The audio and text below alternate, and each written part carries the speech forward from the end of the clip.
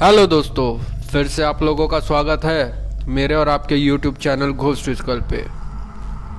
मैं आप लोगों के लिए लेके आता हूँ सच्ची और कुछ काल्पनिक हॉरर स्टोरीज। और अगर आप लोगों को भी हॉरर स्टोरीज सुनना पसंद है तो हमारे चैनल को सब्सक्राइब करें, बेल आइकन को प्रेस करना ना भूलिए ताकि हमारी आने वाली जितनी भी वीडियो है सबसे पहले आप तक पहुँचे। तो चलिए चलते हैं बिना देरी करते हुए आज की कहानी की ओर। कहानी अमेरिका में ऐसे मर्डर की है जिसमें पुलिस से लेकर कोर्ट तक सब ने माना कि इस केस को भूत ने सॉल्व किया है। कानून आमतौर पर भूत पिशाचों को नहीं मानता है, लेकिन अमेरिका के इस केस में पुलिस ने खुद माना है कि इस मर्डर केस में पुलिस वालों ने हार मान ली थी और भूत ने ही इस केस को सुलझाया है। आइए विस्तार से जानते हैं अमेरिका की इस खौफनाक मर्डर मिस्ट्री के बारे में। टेरिस्टा बासा नामक लड़की, जिसका जन्म फिलीपींस में हुआ, स्कूल की पढ़ाई करने के बाद टेरिस्टा ने हायर एजुकेशन के लिए अमेरिका को चुना। माता पिता बहुत खुश थे उसकी इस डिसीजन से, तो उन्होंने अमेरिका जाने की अनुमति दे दी। फिर टेरिस्टा पहुंची अमेरिका के शिकागो शहर। यहाँ उसने म्यूज़िक में मास्टर की पढ़ाई की। डिग्री लेने के बाद टेरिसा ने सोचा कि सिर्फ म्यूज़िक की डिग्री उसके लिए काफ़ी नहीं है। फिर उसने मेडिकल एजुकेशन की तरफ रुख किया और रेस्पिरेटरी थेरेपिस्ट के तौर पर पढ़ाई पूरी करके एक हॉस्पिटल में काम करने लगी। साल 1977 में टेरिस्टा की उम्र 47 साल थी, लेकिन उसने तब तक शादी नहीं की थी। हालांकि उसके कुछ बॉयफ्रेंड रह चुके थे, पर बात शादी तक नहीं पहुंची। फिर भी वह अकेले अपनी लाइफ एंजॉय कर रही थी। वह अपनी सिंगल लाइफ से काफ़ी खुश थी। बात है 21 फरवरी 1977 की।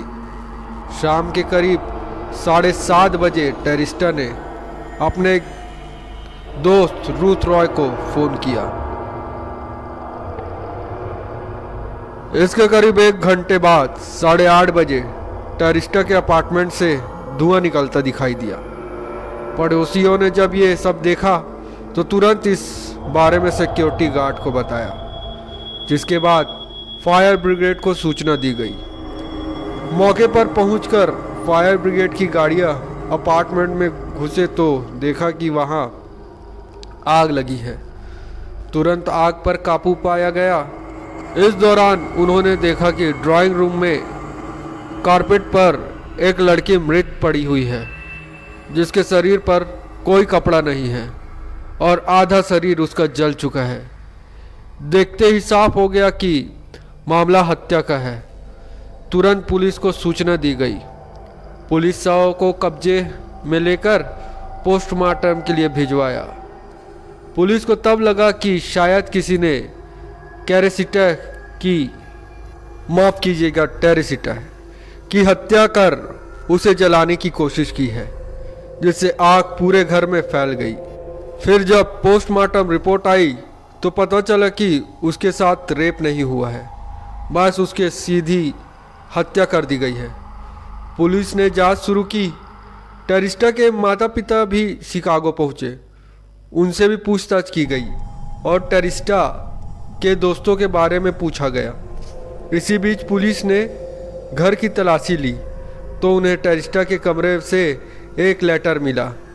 लेटर में लिखा था, get theatre ticket for AS. अब पुलिस के सामने सवाल यह था कि ये एएस कौन है। डिटेक्टिव की मदद भी ली गई, लेकिन फिर भी पुलिस को इस बारे में कोई सुराग नहीं मिला कि एएस कौन है। जांच करते करते पुलिस को महीने बीत गए, लेकिन पुलिस के हाथ अब भी कोई सुराग नहीं लगा था। इसी बीच जब हत्या को 1 साल होने वाला थे, तभी इस मामले में आया नया मोड़। दरअसल जिस डिटेक्टिव मिस्टर जो एसेचुएला को यह जांच सौंपी गई थी, उनको अपने दफ्तर में टेबल के ऊपर एक नोट पड़ा मिला। इस नोट में लिखा था, टेरिस्टा मर्डर केस में एक गवाह मिला है। गवाह का नाम था जोसे। पेशे से डॉक्टर, डिटेक्टिव फिर जोसे के पास गए और मामले के बारे में पूछा।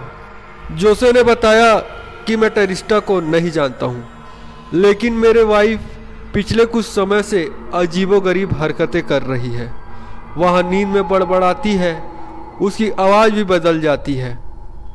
एक दिन मेरी पत्नी रैनी ने नींद में ज़ोर ज़ोर से कुछ बोल रही थी। वह ज़ोर ज़ोर से मेरा नाम ले रही थी और यह कह रही थी कि मेरा कत्ल हुआ है और जिसने मेरा कत्ल किया है उसका नाम एलन शौरी है। वो मेरे घर पर टीवी ठीक करने आया था। उसने मुझे मारा पीटा और मेरी हत्या कर दी। उसने पूरे घर का नक्शा भी बिगाड़ दिया ताकि मामला लूट का लगे। आप प्लीज़ इस बारे में पुलिस और डिटेक्टिव को बताओ ताकि मुझे इंसाफ मिल सके। जोसे ने बताया कि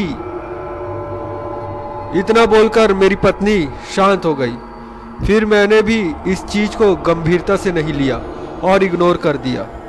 फिर अगले दिन फिर से रैनी रात को बड़बड़ाने लगी, लेकिन इस बार वो काफ़ी गुस्से में थी। गुस्से में वो मेरा नाम लेकर कह रही थी, तुमने मेरे साथ अच्छा नहीं किया। मैंने तुमसे मदद मांगी और तुमने इसे इग्नोर किया। मेरी मदद करो, नहीं तो इसका खामियाजा तुम्हारी पत्नी को भुगतना होगा। डॉक्टर ने बताया कि मैंने बड़ी हिम्मत करके उससे पूछा, तुम हो कौन और ये सब क्यों करवा रही हो? अगर मैं ये सब पुलिस को बताऊंगा तो वो सब मुझ पर हंसेंगे। मुझे कुछ सबूत चाहिए होगा। फिर उसने मुझे बताया, एलन शौरी ने मेरी हत्या करने के बाद अलमारी से मेरे कुछ जेवरात चुराए थे। वो जेवरात उसने अपनी गर्लफ्रेंड को दिए हैं। वो उसकी गर्लफ्रेंड के घर पर ही है और वहीं मिलेगा। अब वो जेवरात मेरे हैं या नहीं, इसका भी सबूत देती हूँ। मैं तुम्हें कुछ नंबर दे रही हूँ अपने दोस्तों और माता पिता के, जो कि उन जेवरातों को पहचान लेंगे। डॉक्टर ने डिटेक्टिव को बताया। इसी के बाद मैंने पुलिस को कांटेक्ट किया और उन्होंने मुझे आपसे मिलने को कहा था। जब डिटेक्टिव और पुलिस ने मिलकर इसकी जांच शुरू की, एएस नाम की पहेली तो सुलझ गई थी।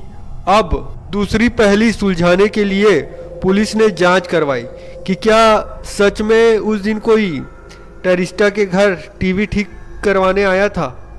तो पता चला कि सच में ही टेरिस्टा का टीवी खराब था। इस तरह दो पहेलियां सुलझ गई और पुलिस ने कातिल की तलाश शुरू की और वह जल्द ही मिल गया। पता चला कि एलन उसी हॉस्पिटल में काम करता है जिसमें टेरिस्टा काम करती थी। पुलिस ने एलन से पूछताछ शुरू की और उसकी गर्लफ्रेंड का पता पूछा। गर्लफ्रेंड से पूछा गया कि क्या एलन ने तुम्हें कोई गिफ्ट दिया है। गर्लफ्रेंड ने कहा, हाँ मुझे गिफ्ट दिया है। उसके बाद एलन की गर्लफ्रेंड ने पुलिस वालों को वह गिफ्ट दिखाया। पुलिस ने जेवरात की पहचान करने के लिए टेरिस्टा के माता पिता और दोस्तों को बुलाया। सभी ने उसके जेवरात पहचान लिए। अब पुलिस को भी यकीन हो गया था कि एलन ही टेरिस्टा का कातिल है। तुरंत उसे गिरफ्तार करके पूछताछ शुरू की गई। एलन भी ये जानकर काफ़ी हैरान था कि वह इस तरह कैसे पकड़ा गया। लेकिन जब उसे कोर्ट में एलन को पेश किया गया तो उसके वकील ने दलील दी कि ये आत्मा की गवाही कैसे मानी जा सकती है। एलन ने बस वहाँ चोरी की है लेकिन कत्ल नहीं।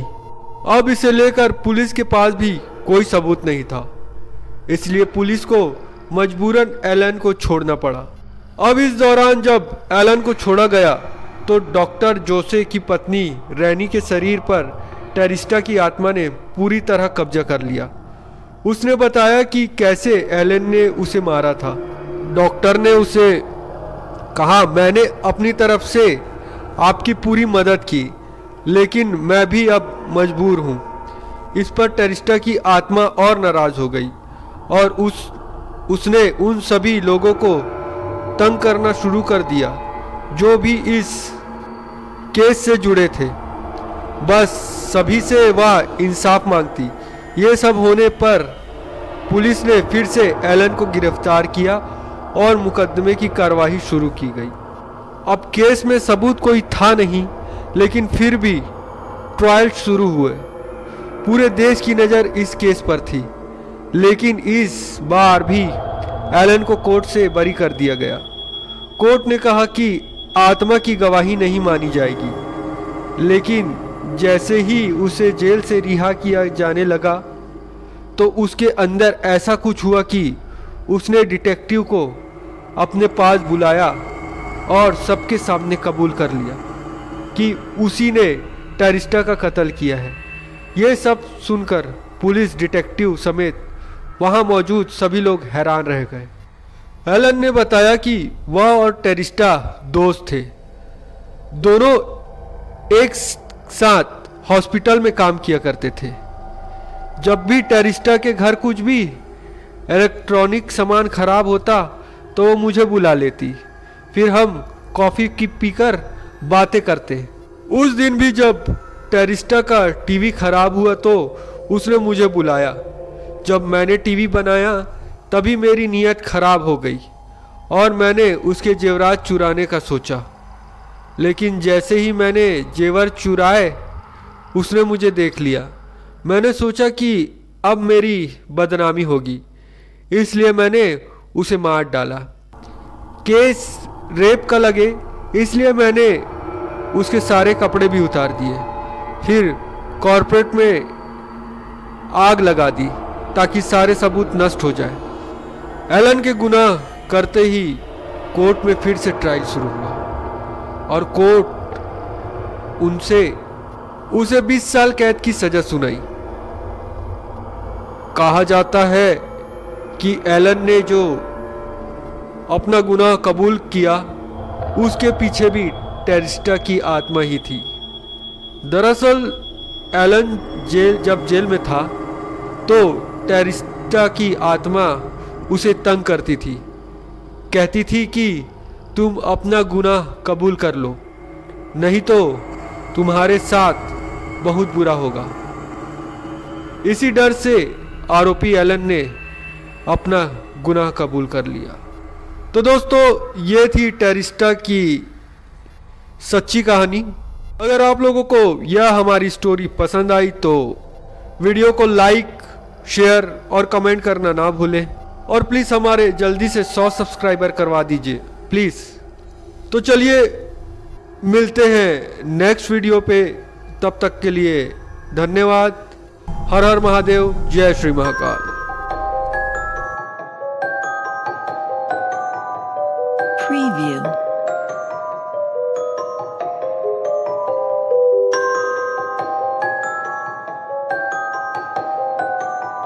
Preview.